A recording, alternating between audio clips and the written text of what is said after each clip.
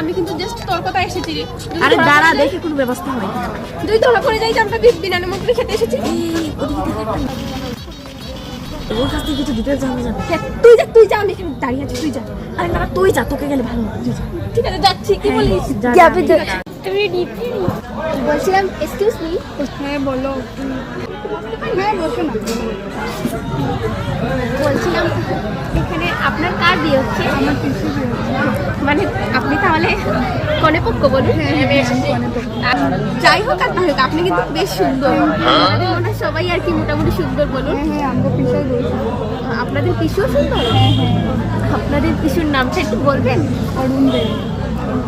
আপনি কি লেগে না না, এমনি এমনি কি এমনি জিজ্ঞেস করছি।